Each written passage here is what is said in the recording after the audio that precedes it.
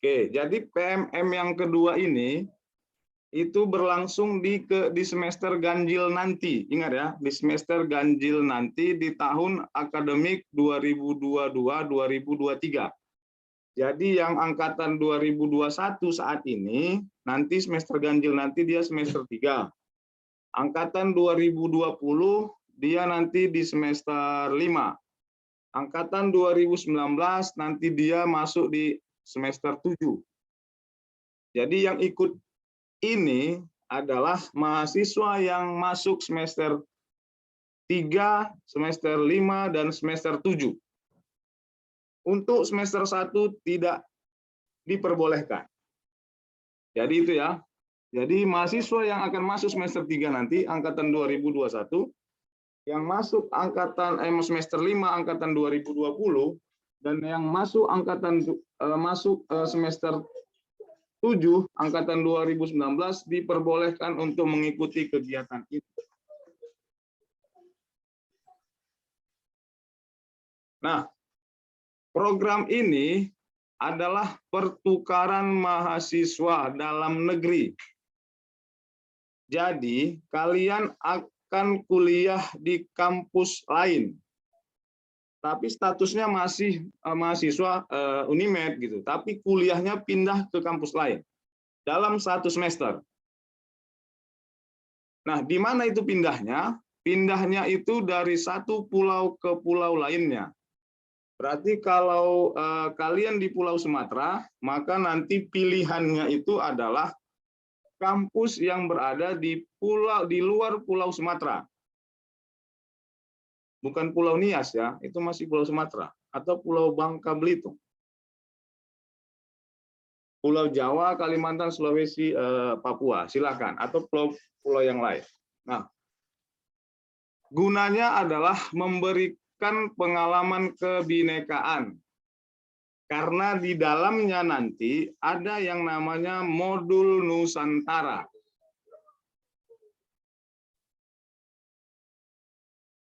Nah, ada modul Nusantara dan SKS yang akan diikuti selama 1 semester itu adalah 20 SKS. Jadi kalian nanti di semester ganjil nanti yang lulus kegiatan PMM ini maksimal hanya bisa mengambil 20 SKS dari semua mata kuliah. Dan kemudian PMM ini dikelola oleh Kementerian Pendidikan, Kebudayaan, Riset, dan Teknologi. Ingat ya, pengelolaannya terpusat.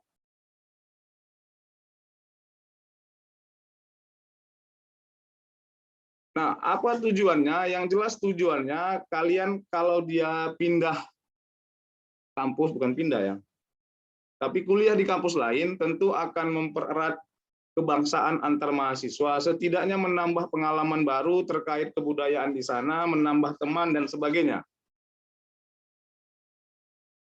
Oke, selebihnya nanti mengikut ya. Nah, oke, ruang lingkupnya. Jadi mahasiswa program sarjana S1, jadi kegiatan ini hanya berlangsung pada S1. Belajar 1 semester di PT Penerima pada semester ganjil atau gasal 2022-2023. Lokasi PT Penerima, perguruan tinggi penerima itu berada di pulau yang berbeda dengan domisili PT pengirim. Berarti di luar Pulau Sumatera. Nah, PMM 2 ini memberikan opsi perkuliahan hingga maksimum 20 SKS. Di dalamnya sudah ada kegiatan wajib, modul Nusantara, dan ditambah mata kuliah yang ditawarkan PT Penerima. Nah, nanti kita akan, ya ini dia. Jadi komposisi pengambilan SKS-nya itu adalah begini, kan maksimal 20 SKS. Nah, 4 SKS itu modul Nusantara wajib, berarti sisa 16 SKS. Nah, yang 16 SKS itu bisa diambil full di PT Penerima.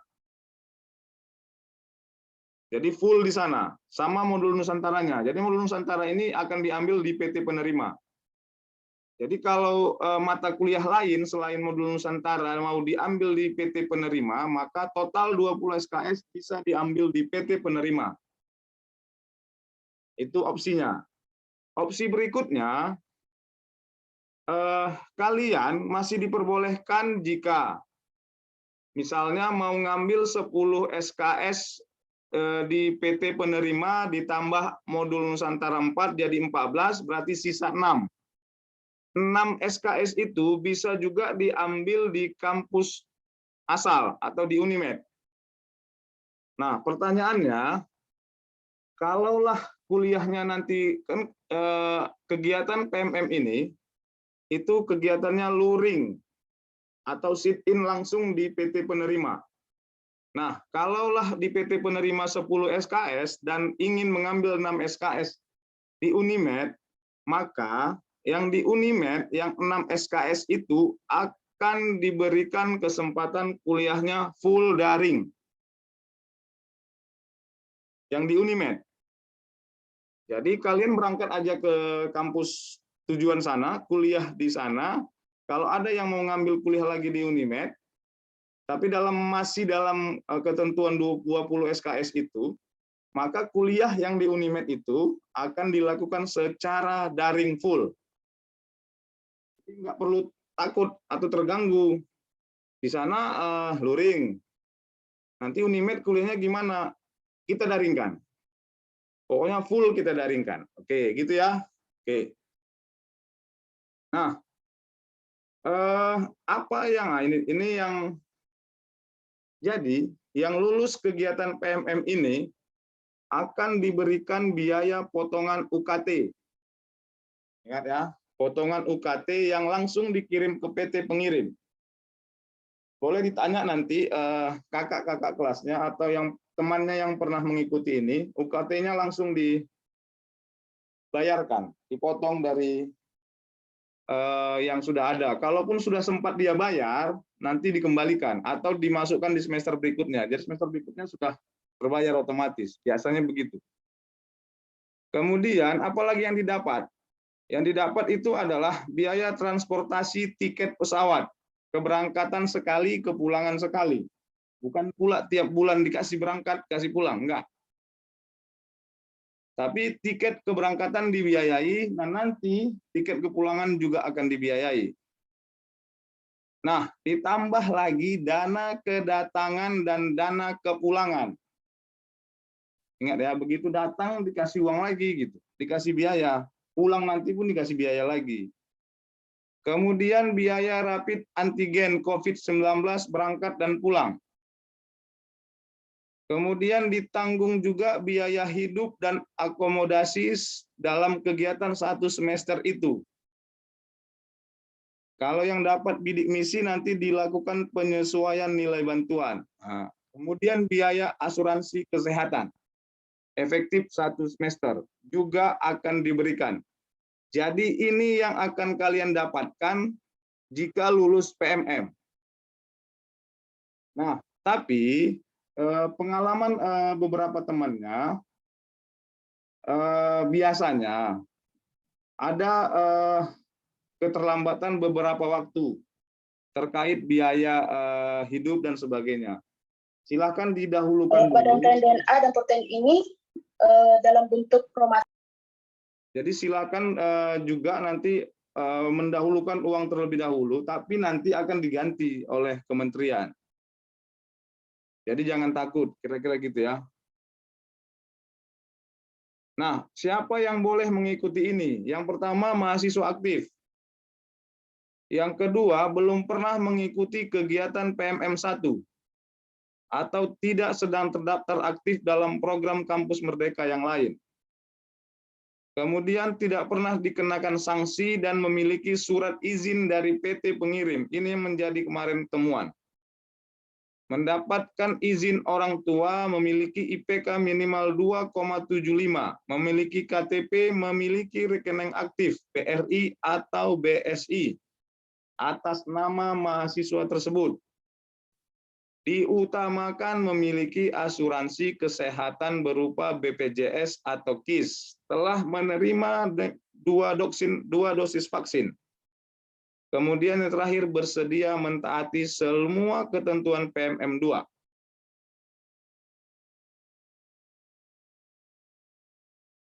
Oke. Jadi, nah, kegiatan pendaftaran ini dibuka mulai tanggal 13 Mei sampai 28 Mei.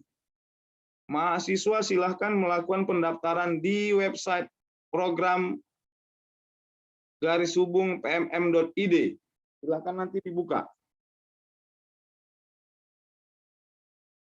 Nah, diskusi terlebih dahulu dalam pemilihan universitas beserta mata kuliah yang akan diambil. Ke prodi diskusinya, bukan kemana-mana.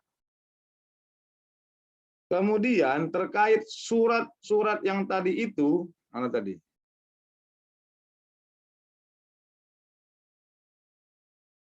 Nah ini, surat izin PT pengirim, surat izin orang tua, surat bersedia mengikuti ketentuan itu, nanti silakan di-download di sini. Nih. Ini pun nanti, ini udah kami kirim juga di grup Komting. Nanti minta sama Komtingnya. Nah, di webnya program PMM, di webnya program ini, pendaftaran, di situ nanti ada PDF daftar PT penerima. Silahkan nanti kalian buka itu dan cari kampus tujuan kalian, mau yang mana. Yang biologi tadi saya lihat ada di UGM, ada biologi sel molekuler mata kuliahnya. Ada di Undip, ada ilmu lingkungan, ada bioteknologi, pengantar bioteknologi. Jadi mungkin bisa menjadi pertimbangan karena dari segi nama sudah sama dengan yang di kita. Jadi begitu buka program PMM.id itu, buka langsung di situ ada daftar katalog, daftar PT penerima.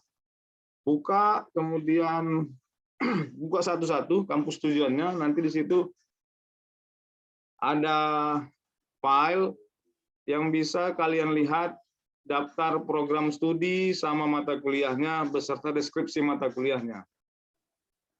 Jangan salah maksud saya. Nah, alur pengurusan surat izin. Mahasiswa mengunduh form surat izin. Kemudian mengisi identitas sesuai form. Kemudian membawa print out surat izin yang telah diisi ke prodi. Nah, prodi memberikan persetujuan jika kalian sudah tahu PT penerimanya apa, mata kuliah apa yang mau diambil, yang akan diambil di PT penerima. Jadi datang ke prodi itu sudah siap gitu. Sudah siap informasinya, saya mau ke kampus X, prodi X, mata kuliahnya ini gitu. Jangan ke prodi tanda tangan tapi nggak tahu mau kemana, mau ngambil mata kuliah apa, nggak tahu. Baru nanti setelah diparaf atau ditandatangani ketua prodi, baru dibawa ke sekretariat dekan, bukan langsung ke kantor dekan. Jadi surat yang dibawa ke fakultas itu adalah surat yang sudah ditandatangani oleh Kaprodi. Itu yang perlu diingat. Jangan kosong langsung bawa ke fakultas, itu menjadi masalah nanti. Nah, catatan penting, ada dua hal catatan penting. Yang pertama, pastikan mata kuliah yang akan diambil di kampus tujuan itu disesuaikan dengan mata kuliah yang ada di prodi masing-masing. Jadi, kalian cek mata kuliah yang keluar di semester 3, semester 5, dan semester 7. Mata kuliah ada di web biologi, kalau yang masih nggak tahu juga, nanti kami share kembali. Kemudian, maksimal SKS bagi yang mengikuti PMM itu adalah 20 SKS. Itu yang perlu diingat. walaupun nanti IPK kalian di semester ini punya jatah untuk mengambil 24 SKS, tapi kalau lulus kegiatan PMM, yang berhak itu cuma 20 SKS. Nggak bisa 24 SKS, itu yang perlu dipahami. Baik, itu yang bisa saya berikan pengantar, mungkin kita langsung ke sesi diskusi. Bagaimana Bu Ina? Ya, silakan Pak. Ya, jika ada yang bertanya, silakan. Muhammad Azhari. Oke, baik. Silakan nih kan Pak. Iya, silakan lah Azhari. Lanjutlah. Baik, terima kasih kepada Bapak Ahmad Safwan yang telah mempersilahkan saya. Jadi sini saya ingin bertanya Pak mengenai konvensi SKS gitu kan. Kalau misalnya di akun Kemendikbudnya Kampus Merdeka kan itu konvensi SKS-nya 20 SKS. Sementara ketika kita di lapangan tidak ada konvensi gitu Pak. Itu bagaimana ya Pak? Karena kan seperti pengalaman kemarin kampus mengajar itu, konvensi SKS-nya itu tidak maksimal gitu Pak. Maksimalnya itu cuma 6 SKS gitu. Sehingga mahasiswa sambil masuk juga gitu Pak. Terakhir kebijakan setiap prodi itu beda-beda. Kalau saya di matematika konvensi 20 SKS, sementara kami nggak ada gitu Pak. Ini kalau untuk konvensi sendiri ini bagaimana ya Pak? Terus kan semester 7 itu ada KKN Pak. Itu apakah bisa dikonvensi juga? Terima kasih Pak. Baik, Azhari, pendidikan ya. Halo, Iya Azhari. Pak. Ya. Mungkin Bu Wina bisa memberikan tanggapan ini prodi pendidikan sambil menunggu Pak Wasis.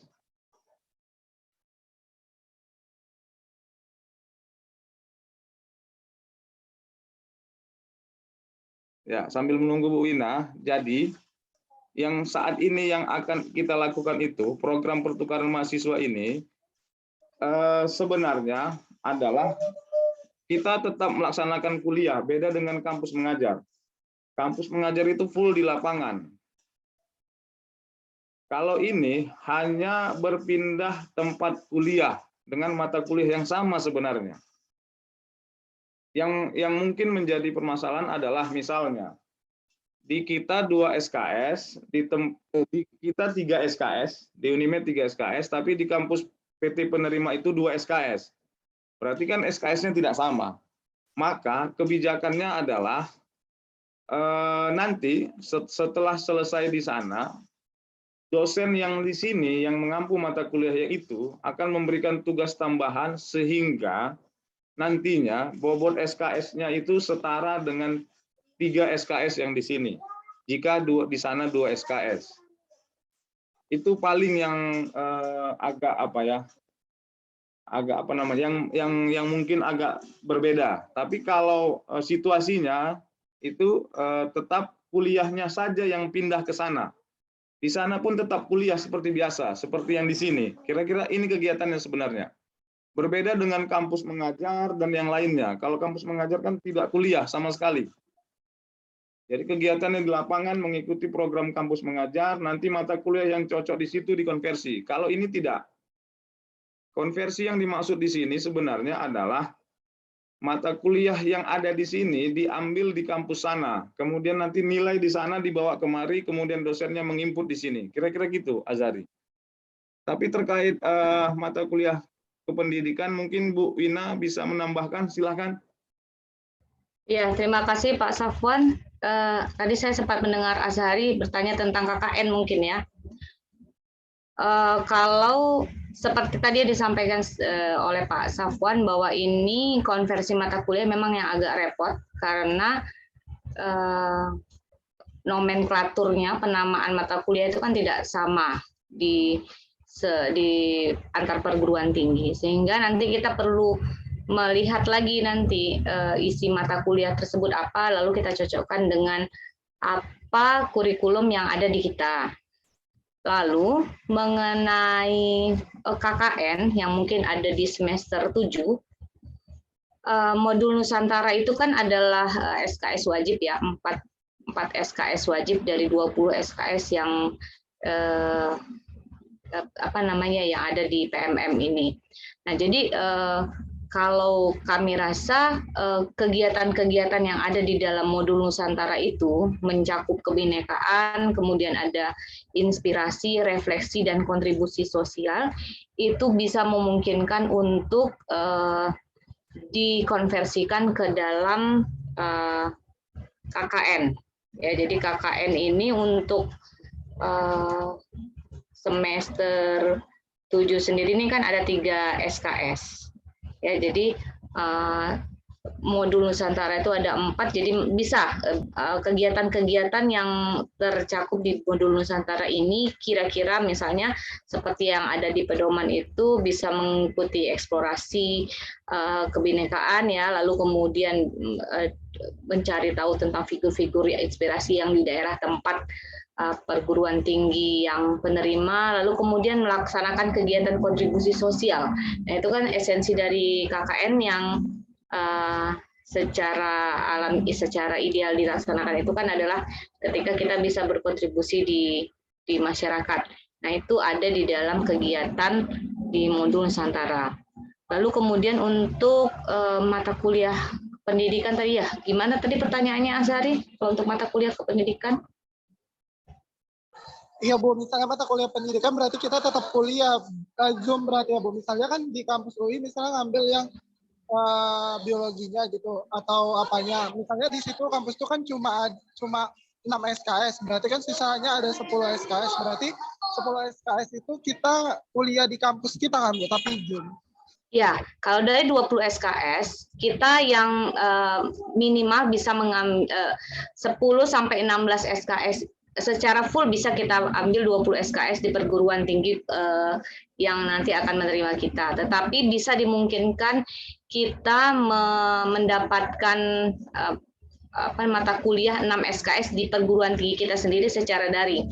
Jadi nanti bisa kalian pilih kalau memang tidak ada pilihan mengenai mata kuliah pendidikan, maka bisa kita lengkapi 6 SKS-nya di perguruan tinggi kita yang nanti akan dilakukan secara daring total ya, karena kalian kan nanti akan mengikuti perkuliahan luring di perguruan tinggi di luar kita ya, di luar pulau kita, sehingga nanti kami akan kondisikan perkuliahan.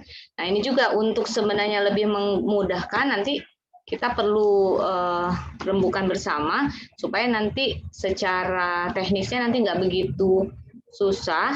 Jadi nanti kita seragamkan gitu, misalnya ya, kalau masih bisa seragamkan mata kuliah apa yang mau diambil, mata kuliah pilihan pendidikan apa yang mau diambil, lalu kita buat di dalam satu kelas khusus untuk mata kuliah tersebut yang nanti akan diampu oleh dosen yang ada di Unimed gitu. Jadi yang mata kuliah yang diampu oleh dosen di Unimed itu akan dilakukan secara daring. Begitu ya Azhari. Tapi kalau misalnya kalau Azhari ini PSB ya, PSPB ya? Iya PSPB Bu. Oke. Jadi kalau Ibu sekalian menambahkan untuk mahasiswa prodi pendidikan IPA, memang kalau dari sebaran distribusi mata kuliahnya untuk semester 7 itu sebenarnya sudah tidak ada lagi memang mata kuliah yang lain, hanya KKN dan PLP 1. Sehingga kalau untuk pendidikan IPA mungkin saya lebih rekomendasikan untuk semester 3 dan semester 5 saja yang mengikuti program PMM ini, karena untuk semester 7 untuk anak angkatan 2019 untuk kurikulum yang ada di pendidikan IPA itu semester 7-nya sudah tinggal menyelesaikan PLP 2 dan KKN saja, sudah tidak ada lagi mata kuliah yang lain. Mungkin itu yang bisa saya tambahkan, Pak Safwan. Mungkin ada yang mau menambahkan lagi? Tidak ada juga, Bu. Kenapa? Kalau itu disarankan berarti semester 3 sama 5 untuk IPA. Kalau untuk pendidikan biologi, Bu? Kalau untuk pendidikan biologi, kalau saya lihat dari distribusi mata kuliahnya, itu masih bisa ada ada 13 SKS ya yang bisa diambil di semester 7. Jadi KKN 3 SKS, kemudian ada 10 SKS untuk mata kuliah pilihan.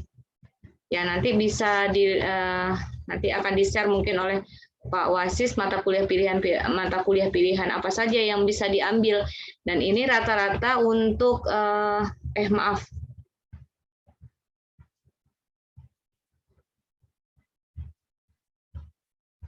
Oke, maaf, tadi saya salah lihat. Ya, untuk semester 7 untuk PSPB itu KKN 3 SKS, lalu ada 3 mata kuliah pilihan dengan jumlah 16 SKS. Dengan jumlah 6 SKS. Ya, jadi memang nggak sampai 20 SKS. Jadi mata kuliah pilihannya itu nanti akan ada beberapa yang dikasih pilihan, nanti bisa kita cocokkan dengan mata kuliah penerima di sana. Mata kuliah di perguruan tinggi penerima. Mungkin itu ya. Jadi kalau untuk semester 7 ini memang agak gimana Pak Safwan bilangkannya ya? Ya, jadi gini, secara umum di semester 7 itu mata kuliah yang disediakan itu tidak sampai 20 SKS. Sementara yang ikut kegiatan PMM ini wajib 20 SKS. Artinya, misalnya, jatah kalian di semester 7 itu hanya 13 SKS. Berarti kan kelebihan 7 SKS. Nah, satu yang pertama ya, berarti ada 7 SKS yang harus dikerjakan tapi nanti tidak bisa dimasukkan ke lembar transkrip nilai. Karena cuma 13 SKS lagi nih kuliahnya. Itu yang pertama, berarti ada kegiatan 7 SKS yang tidak bisa dimasukkan ke transkrip nilai nanti. Mubazir istilahnya ya. Iya, mungkin itu istilahnya, mubazir. Yang kedua, di semester 7 ini, jurusan biologi sudah memplot dosen PS untuk angkatan 2019 dan sudah diumumkan ke dosen. Belum ke mahasiswa, tapi ke dosen sudah diumumkan pagi ini. Artinya bahwa semester 7 nanti itu diharapkan semua angkatan 2019 itu sudah mulai bimbingan, sudah mulai seminar proposal, atau mungkin bisa sidang di akhir semester 7. Nah, jika kalian yang ini semester 7 nih ya, yang ingin mengikuti PMM ini, kan kegiatannya luring di PT penerima. Oke lah, bimbingan dengan dosen PS bisa dilakukan secara daring, melalui apapun itu. Tapi kan seminar proposal, pengurusan berkas-berkas dan sebagainya ketika seminar proposal mau penelitian kan tidak bisa dilakukan lagi secara daring karena sudah luring. Artinya kan terhambat proses sempro, sidang, penelitian dan sebagainya kalau sudah ACC. Artinya bahwa kemungkinan besar bagi yang semester 7 akan memperlambat masa studi 1 semester, setidaknya begitu. Di semester 8 lah mungkin dia baru seminar proposal. Sementara teman-temannya mungkin bisa di semester 7 awal, semester 7 akhir sudah bisa sidang skripsi. Jadi itu konsekuensinya bagi yang semester 7. Karena memang semester 7 ini sudah tinggal mata kuliah pilihan. Pilihannya kan sesuai dengan minat skripsi. Itu yang bisa kami tambahkan. Ya, Azhari. Tapi mohon dipertimbangkan. Kami secara umum, kami mempersilahkan dan mendukung penuh semua mahasiswa yang ingin mengikuti PMM ini. Kalau bisa semua berangkat. Mendapat pengalaman baru di kampus sana. Nanti kan di semester berikutnya bisa berbagi pengalaman dengan adik-adiknya. Kalau kuliah di UGM itu ternyata begini, kuliah di UI itu ternyata begini. Ya, kan gitu ya. Secara umum seperti itu. Begitu ya, Azhari ya. Jadi pilihan sebenarnya ada di kalian ya, yang mana yang kalian inginkan, yang terbaik, dan itu sudah melalui pemikiran kalian matang masa. Kami hanya memberikan pilihan. Mungkin itu, dan mungkin memberikan pandangan-pandangan ketika program ini diambil bagaimana. Mungkin itu. Ini ada Baik. pertanyaan, ada yang raise hand ini Pak Safwan. Oh iya, ada Wulan Aryani. Belakangnya ada Alfandi. Mungkin Wulan dulu, baru Alfandi, baru Indah. Silakan Wulan.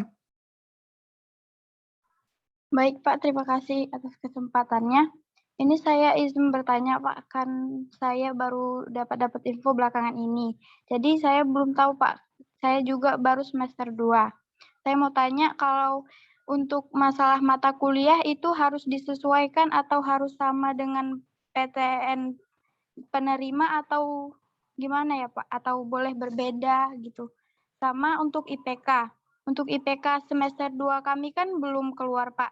Jadi kami belum tahu itu mencukupi atau tidak. Itu gimana ya Pak? Gitu. Sekian Pak. Baik, terima kasih Wulan. Mungkin lanjut ke Alfandi dulu sebelum jawab nanti. Silakan Alfandi. Baik Pak, terima kasih sebelumnya. Di sini saya ingin bertanya, apakah setelah kita mendaftar di PMM ini, ada lagi rangkaian seleksi yang dilewati atau enggak? Atau gimana sistem seleksi? Terima kasih Pak. Baik, jadi udah. Oke, kita lanjut lagi ke Indah. Ya Pak, baik Pak. Terima kasih atas kesempatannya Pak. Yang ingin saya tanyakan Pak, kan saya sudah memeriksa beberapa mata kuliah di universitasnya Pak. Jadi di universitas yang mau saya tuju itu Pak, ada beberapa mata kuliah yang ada di Unimed Pak, tapi tidak tertera di kampus penerimanya Pak. Jadi itu bagaimana ya Pak untuk mata kuliah yang di Unimed itu Pak? Sedangkan yang di Unimed kan Pak, maksimalnya bisa diambil itu 6 SKS Pak. Sisanya itu gimana Pak?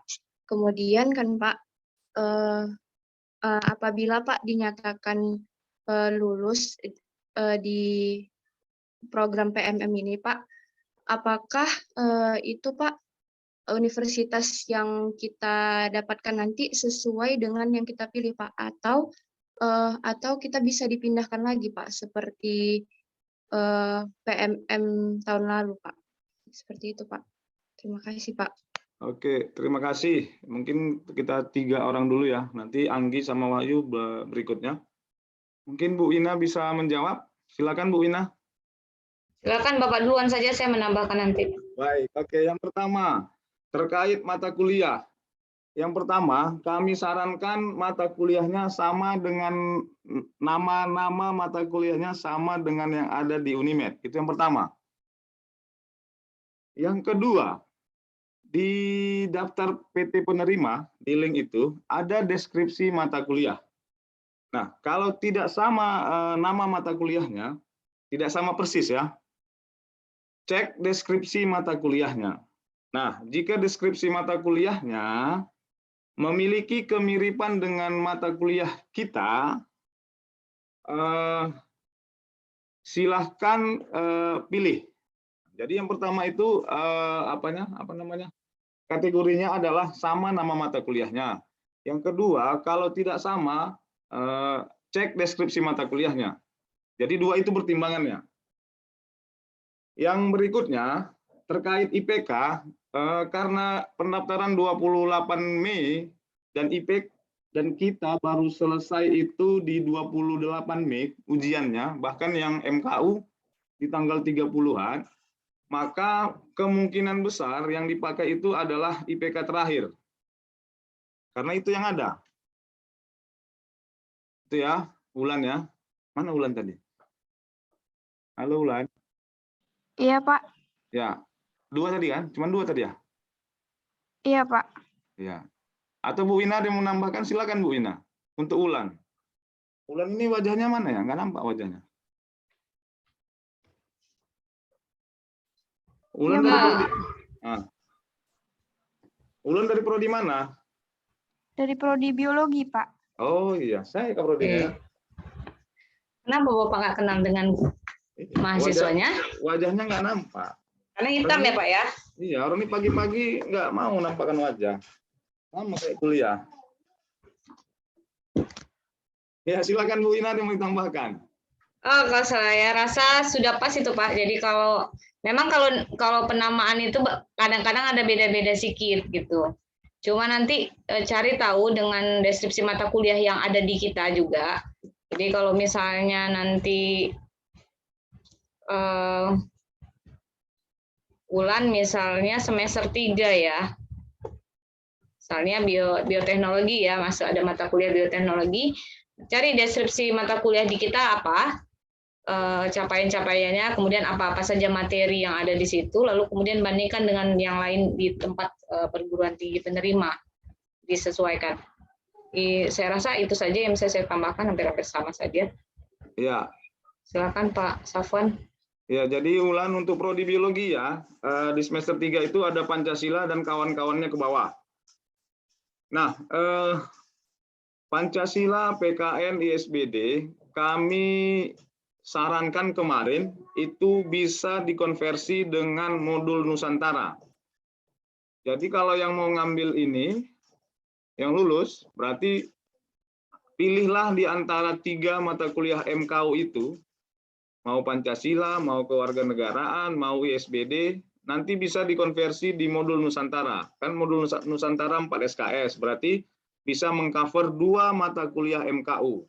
Nah, selesai ya. Kemudian misalnya di misalnya di tempat kita itu di semester 3 itu ada mata kuliah bioteknologi. Saya cek tadi sekilas di Undip. Di Undip itu ada mata kuliah pengantar bioteknologi dan saya baca deskripsinya sama. Jadi mungkin penamaan bisa agak sedikit berbeda, tapi tujuannya sama. Nanti dicek di webnya, mungkin nggak dapat di situ, searchinglah di web-web kampusnya. Baru kalau di kita nanti kami kirimkan mungkin bisa kami kirimkan link semua RPS. Jadi kalian bisa baca lah di situ link-link RPS itu ya, yang di kita. Jadi kira-kira begitu ya Ulan. Nah, kemudian tadi ada siapa tadi? Lupa saya. Yang laki-laki tadi.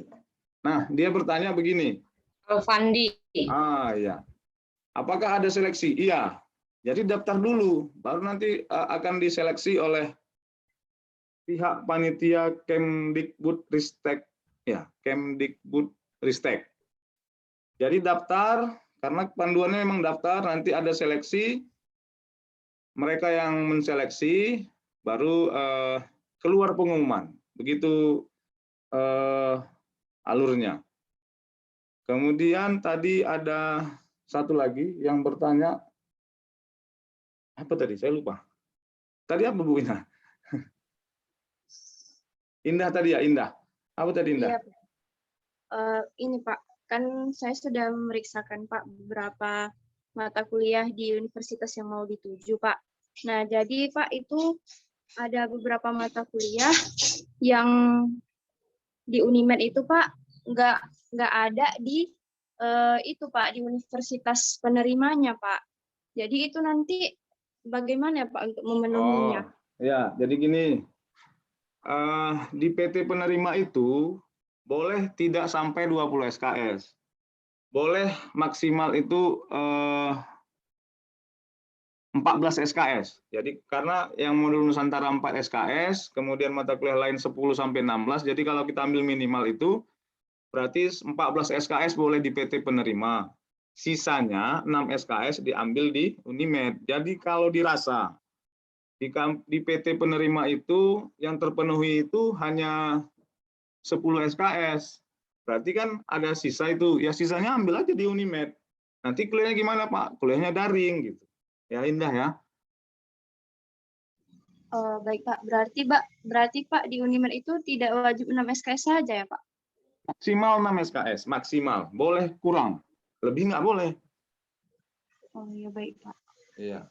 Kemudian Pak, yang nanti Pak, apakah ya untuk apabila dinyatakan lulus kegiatan PMM ini Pak, dan kita udah milih universitasnya Pak, apakah itu sudah pasti ditempatkan di situ atau ada pengalihan ya Pak? Oke, baik. Jadi di panduan itu ada ketentuan begini. Sebentar ya.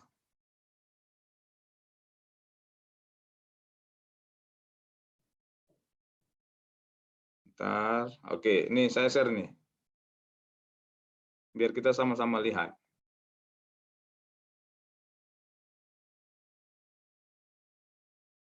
Oke, ini dia.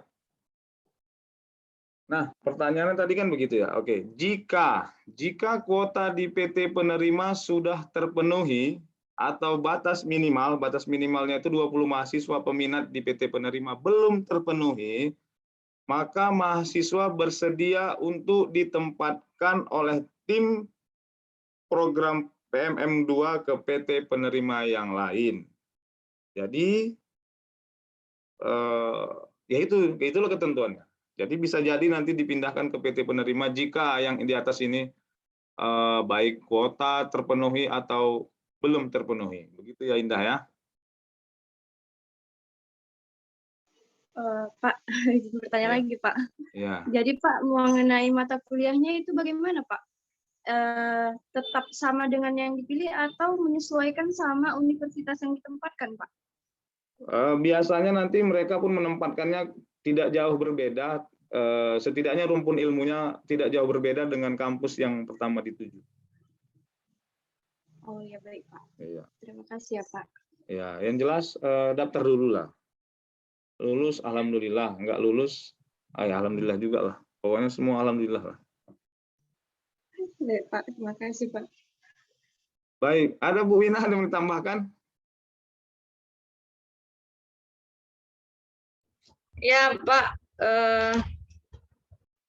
saya rasa cukup. Cuman tadi menambahi yang tadi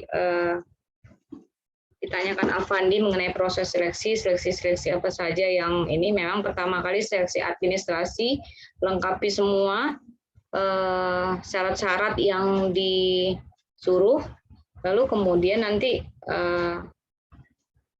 penyarikan akan dilakukan oleh Direktorat Jenderal Pendidikan Tinggi dan Desti, dan nanti ada pengumumannya kalau seperti yang di panduan itu di bulan Juni tahun 2022. Dan nanti juga akan dipertimbangkan tadi ya mengenai lokasi perguruan tinggi yang dituju dengan lokasi mahasiswanya. Lalu kemudian tadi yang disampaikan oleh Pak Safwan, kuotanya sudah mencukupi apa belum? Ya, jadi didasarkan dari pertimbangan dua hal tersebut. Lalu kemudian tinggal kita menunggu dari hasil yang Kemendikbud, sehingga nanti akan ada pengumuman siapa peserta yang akan lolos seleksi. Mungkin itu yang bisa saya tambahkan, Pak Safwan. Silahkan lanjut, kayaknya ada banyak Aldi yang bertanya ini. Baik Bu Wina, mungkin sudah hadir yang kita tunggu-tunggu Pak Wasis. Halo Pak Wasis.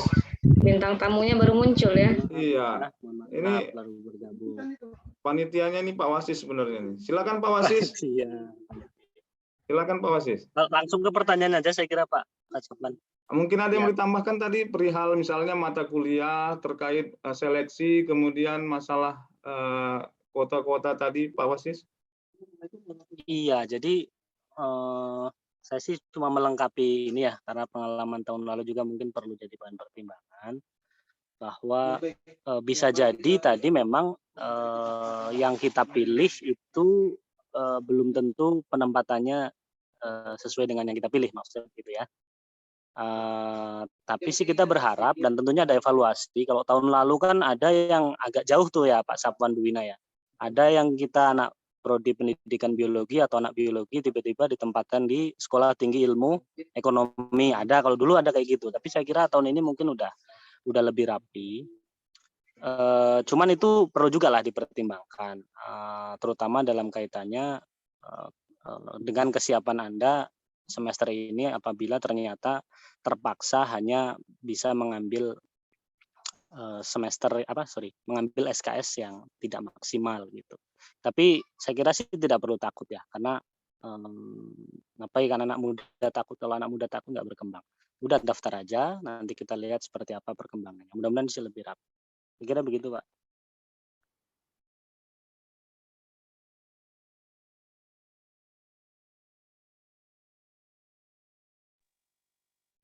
Baik, terima kasih Pak Wasis. Jadi mungkin tahun ini lebih rapi dari tahun sebelumnya.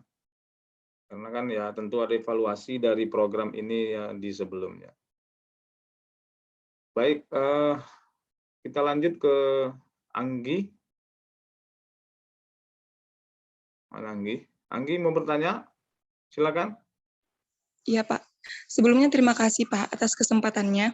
Nah tadi kan Pak seperti yang kita tahu, kita bisa mengambil 6 SKS di Unimed. Nah jadi kalau misalnya kita mengambil matkul yang 6 SKS di Unimed yang dominan praktikum, apakah itu masih bisa dilakukan secara daring Pak? Nah terus yang ingin saya tanyakan lagi Pak, kalau kita mengikuti PMM 2 ini Pak di semester 3, apa saja kemungkinan yang terjadi? Apa saja kemungkinan resiko yang terjadi jika kita mengikuti program ini Pak ketika kita masih semester 3? Apakah ada keterlambatan dalam kelulusan kita Pak, yang tadinya kita bisa lulus 8 semester jadinya 9 semester karena kita kan harus melengkapi matkul-matkul yang tertinggal di semester 3 Pak karena mengikuti program ini. Begitu Pak, terima kasih. Iya, ya. Prokaryot. Ya, silakan Pak Wasis atau Bu Wina. Saya permisi sebentar. Silakan.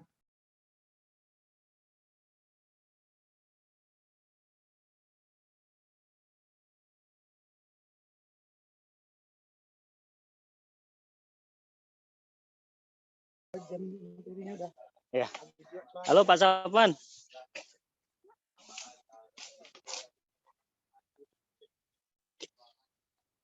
Jaringan saya putus-putus ini Pak.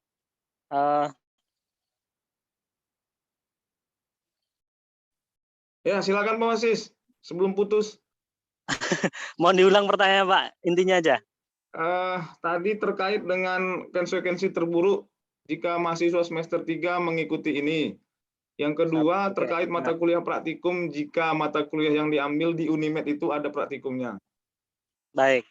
Ya, saya jawab yang pertama, konsekuensi terburuk Anda hanya bisa mengambil 6 SKS yang bisa dikonversi jadi nilai. Itu konsekuensi terburuk. Jadi bisa jadi Anda di sana kuliah setara 20 SKS, tapi yang bisa diterjemahkan menjadi nilai masuk ke dalam transkrip itu 6 SKS. Tapi kalau untuk semester 3 saya kira tidak, karena kan ada Pancasila, ada ISBD, itu bisa dipakai untuk konversi dengan apa tadi modul Nusantara. Jadi kalau ngambil di Unimed 6 tambah itu 4 ya, 4 SKS kan udah 10. Jadi untuk semester 3 saya kira bisa lah. Separah-parahnya, seburuk-buruknya itu 10 SKS konversi bisa. Yang kedua, kalau praktikum, pengalaman tahun-tahun sebelumnya, dosen kita cukup terbuka, welcome untuk bisa melakukan praktikum secara daring. Tentunya nanti berkoordinasi dengan asisten masing-masing. Tapi sekali lagi nanti ini juga perlu dikomunikasikan lebih lanjut ya, teknis pelaksanaan praktikum daring ketika Anda di lokasi luar pulau, kemudian melaksanakan praktikum secara daring di Unimed. Tapi prinsipnya bisa. Mungkin itu Pak. Ya, Bu Wina, ada yang mau ditambahkan? Mana, Sudah pas saya Pak. Pak Wina ini pas-pas aja ya kan. Karena memang sudah pas, nggak ada kurang. Oke, baik. Jadi, untuk mahasiswa semester 3 dan semester 5, saya pikir konsekuensinya tidak sampailah akan memperlama masa studi. Karena misalnya, anak prodi biologi kan semester 3 jatahnya 22. Kalau ngambil 20 kan kurang 2. Bisa diambil di semester berikutnya, tidak sampai harus menambah masa studi. Saya pikir itu. Yang berikutnya, terkait dengan yang praktikum tadi, pengalaman tadi seperti kata Pak Wasis. Yang pertama tadi seperti kata Pak Wasis, bisa praktikum melalui daring. Yang kedua, bisa jadi nanti kalian diminta juga, ya udah praktikumnya mengikuti saja di sana gitu. Walaupun kuliahnya di sini. Tentu dengan seizin mereka di sana. Jadi pengalaman-pengalaman itu yang sebenarnya yang paling berharga. Saya pikir kalau untuk semester 3 ya, semester 3, saya pikir tidak ada masalah sampai ke jauh, masih sampai keterlambatan masa studi. Iya, saya setuju Pak. Kalau semester 3 ya nggak perlu khawatir, karena kan kekurangan atau hutang-hutang itu ya, kalau misalkan nggak terambil semester ini kan masih ada di semester depan, gitu. Bisa diambil lagi. Iya.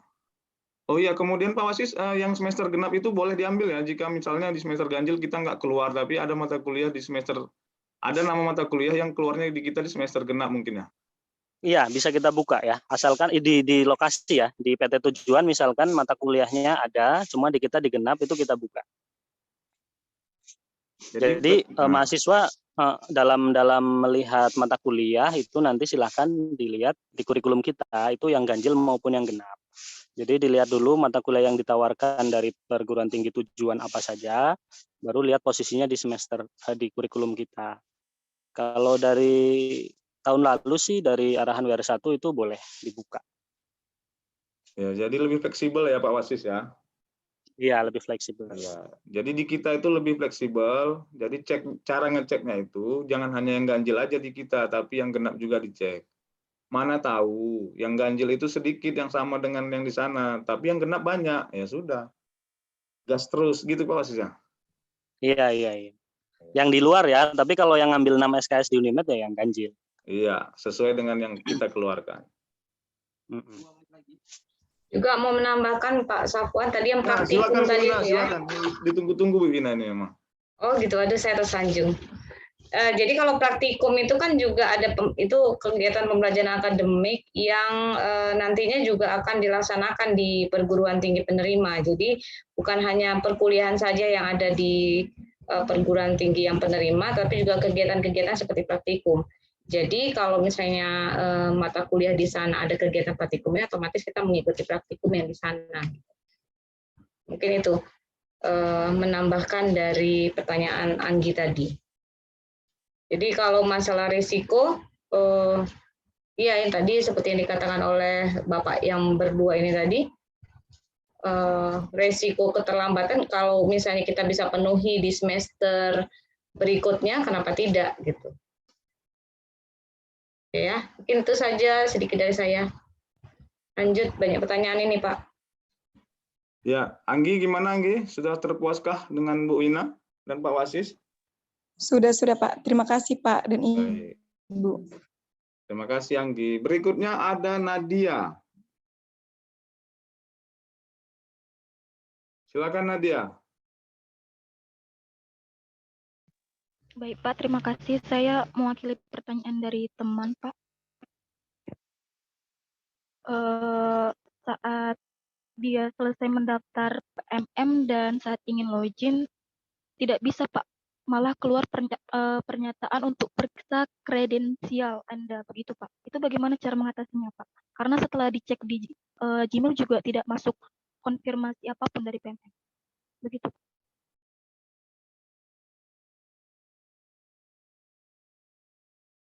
Oke, terkait pendaftaran ya. Mungkin bukan login ya, tapi daftar sekarang mungkin ya Nadia ya. Diklik. Iya Pak.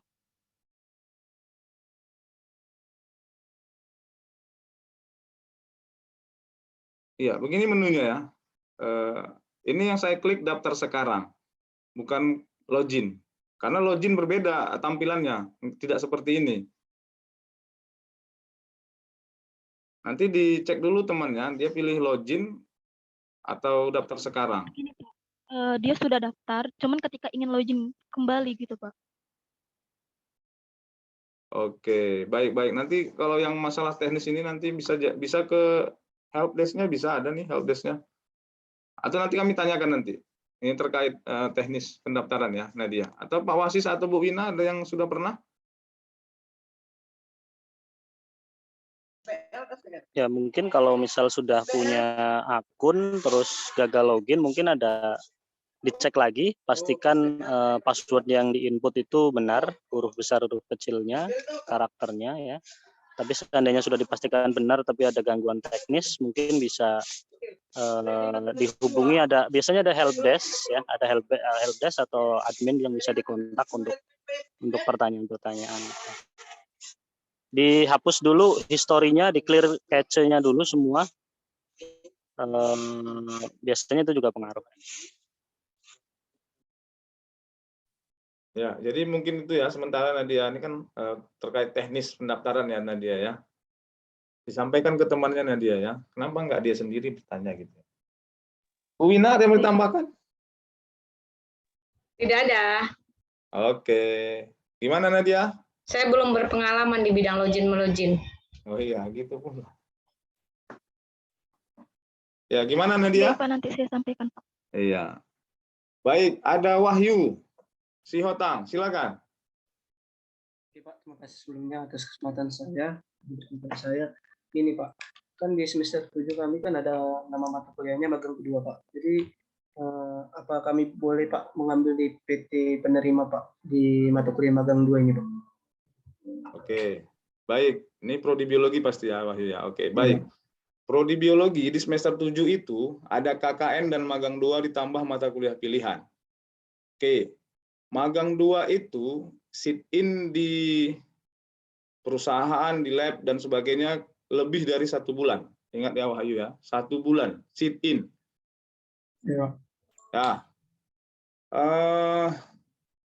tentu kalau kuliah di sana, berarti kan sit-in juga di sana kan gitu ya, tambah mata modul Nusantara.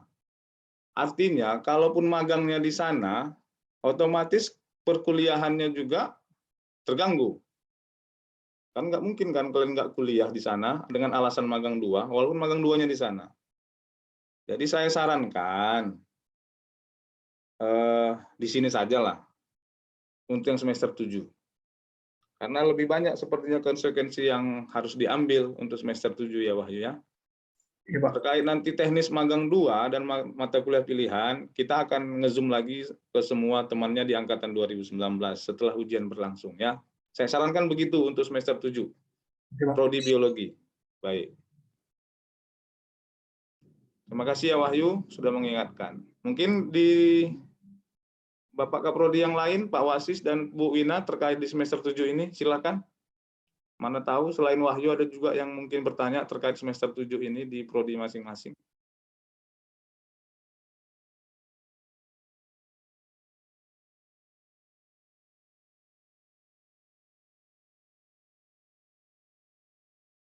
Oke, nggak ada. Oke, cukup ya Wahyu ya?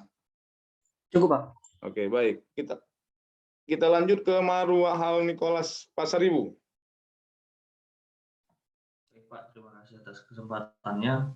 Yang ingin saya tanyakan, apakah untuk mendaftar di PT penerima atau universitas penerima itu bebas memilih atau kita bisa menyesuaikan dengan kawan-kawan yang lain? Lalu untuk yang pertanyaan kedua, minta tolong untuk daftar mata kuliah di prodi pendidikan IPA tolong di-share-kan Pak, karena belum dapat daftarnya. Oke, daftar mata kuliah ya? Iya Pak, untuk pendidikan IPA Pak. Oke, silakan. Nanti mungkin Bu Wina akan men-share nanti di grup Komting ya. Ya, begitu ya Bu Wina ya. Ya, nanti akan saya share distribusi mata kuliah pendidikan IPA untuk semester 3, 5, dan 7.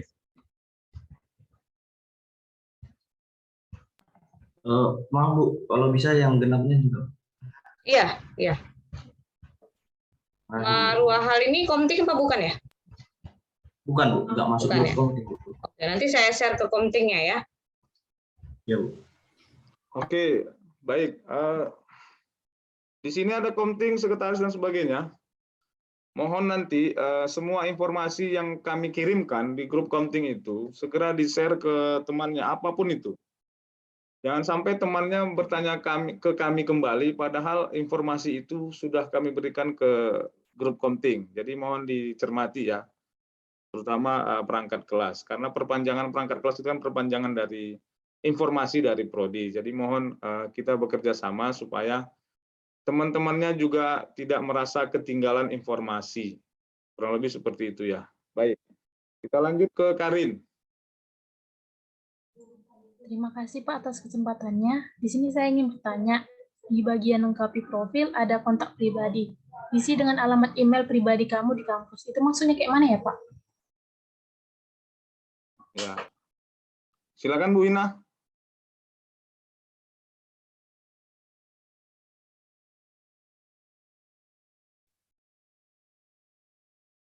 Halo Bu Ina.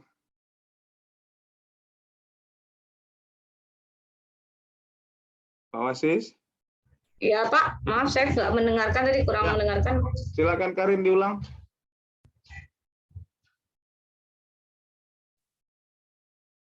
Karin, silakan diulang. Di bagian lengkapi profil kan Pak ada kontak pribadi. Jadi diisi dengan alamat email pribadi kamu di kampus. Itu maksudnya kayak mana ya Pak?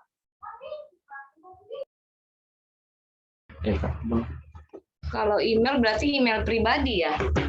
Email yang bisa dari mungkin email yang ada di Unimed atau mungkin email pribadi, mungkin itu ya kali ya Pak ya. Iya, sepertinya itu email pribadi.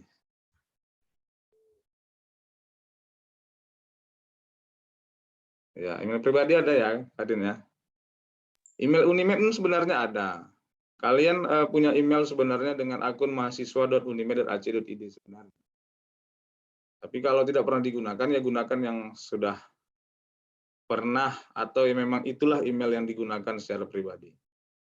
Mungkin itu dari kami masalah email, atau Pak Wasis yang lebih berpengalaman, silakan. Berpengalaman enggak lah. Saya kira ya udah pas tadi jawaban Pak Sapwan ya. Saya kira nggak apa-apa pakai email Gmail aja daripada karena kan kadang nggak tentu lancar juga pakai email yang @unimed itu Pak. Pakai Gmail aja lah, saya kira bisa. Boleh Pak, lanjut ke pertanyaan berikutnya Pak. Dicoba-coba aja. Ya, jadi gitu ya Karin ya. Mana Karin tadi?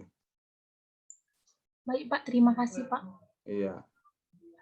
Baik, lanjut ke Jessica.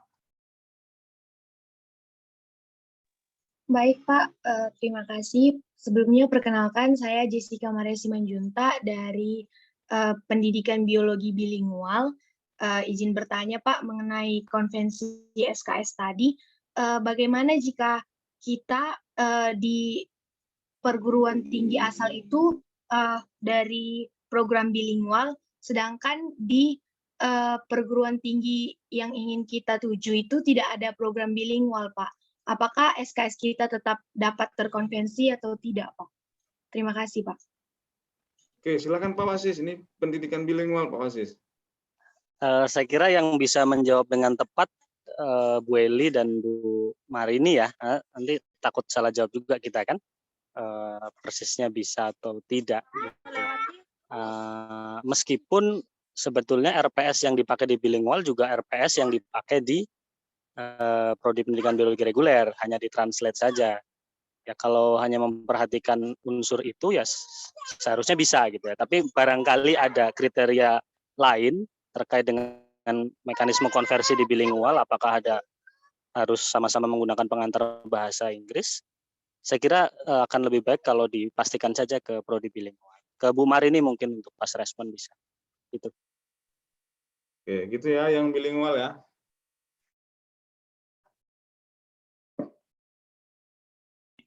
Baik, Pak. Oke, kita lanjut ke Alfandi. Alfandi kembali nih. Silakan.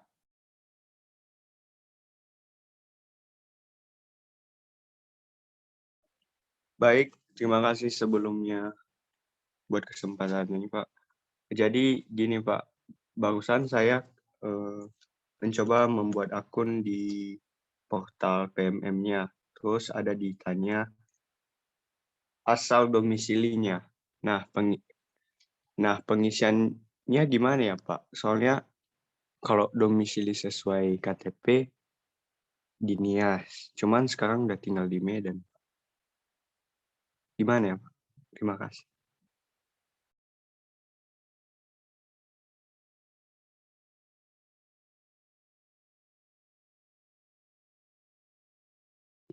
Silakan Pak Sapwan.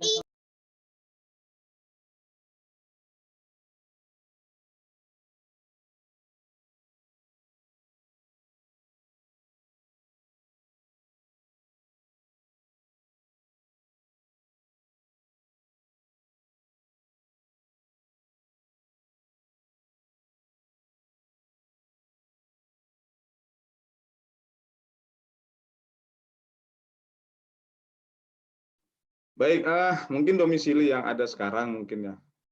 karena kan bisa berpindah-pindah. Tapi yang ada sekarang lah menurut saya. Atau gimana tanggapan Pak Wasis? Sebenarnya kan diminta KTP juga ya, mungkin ya jadi beda pendapat ya kan. Kalau saya biasanya lebih aman pakai alamat KTP, tapi saya kira itu nggak masalah lah ya, yang begitu-begitu. Saya kira ya. Jadi yang manapun mungkin bisa, saya kira begitu. Karena kan dia juga nggak bisa mencocokkan benar salah. Karena kan yang jadi pertimbangan penempatan adalah asal perguruan tingginya. Misalkan Anda di Unimed ya udah kehitungnya kan di Pulau Sumatera, penempatannya di luar itu gitu. Saya kira itu mungkin ya. Ya, jadi teknisnya sebenarnya fokusnya ke asal PT ya Pak Wasis ya. Iya, ya. Oke, gitu ya Alfandi ya. Jangan khawatir lah kalau persoalan seperti itu. Baik Pak, terima kasih. Baik, ada lagi yang mau bertanya? Kalau tidak ada kita cukupkan. Biar kita simpulkan, silakan.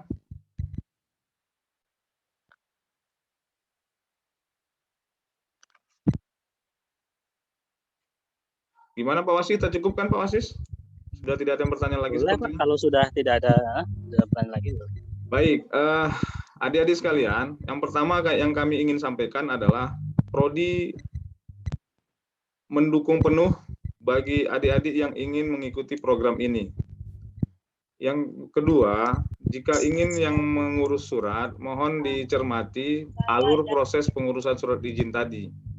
Jadi silahkan diunduh, di grup konting sudah kami share.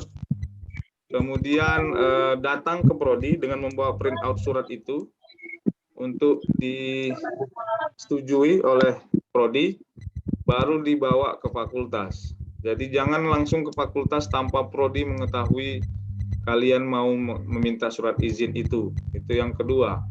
Yang ketiga, pastikan bahwa ketika sudah datang ke Prodi, sudah tahu apa yang mau diambil di PT mana dan mata kuliahnya apa, termasuk bobot SKS-nya.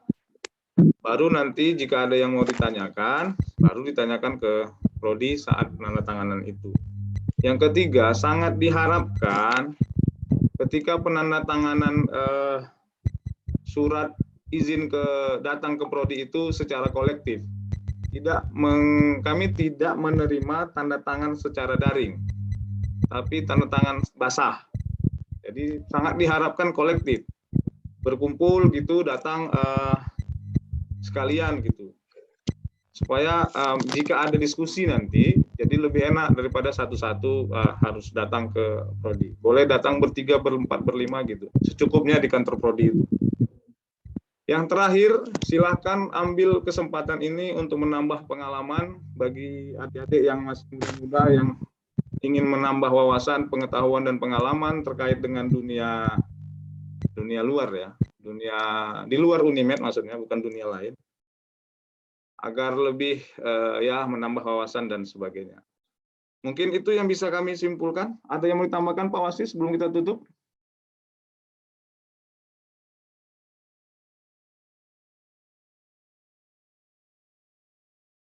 Atau Bu Wina masih ada yang mau ditambahkan?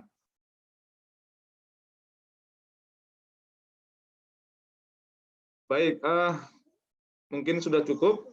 Terima kasih atas perhatiannya. Mohon informasi ini di-share ke teman-temannya, supaya jangan ada lagi yang bertanya terkait diskusi kita yang tadi. Terima kasih atas perhatiannya. Mohon maaf jika ada kekurangan. Assalamualaikum warahmatullahi wabarakatuh. Selamat pagi dan salam sejahtera bagi kita semua. Selamat ujian untuk semua mahasiswa jurusan biologi yang akan berlangsung mulai hari Senin tanggal berapa ya? 28 Mei 2022. Semangat belajar dan selamat belajar. Oke, terima kasih Pak. Terima kasih banyak Pak. Terima kasih Pak.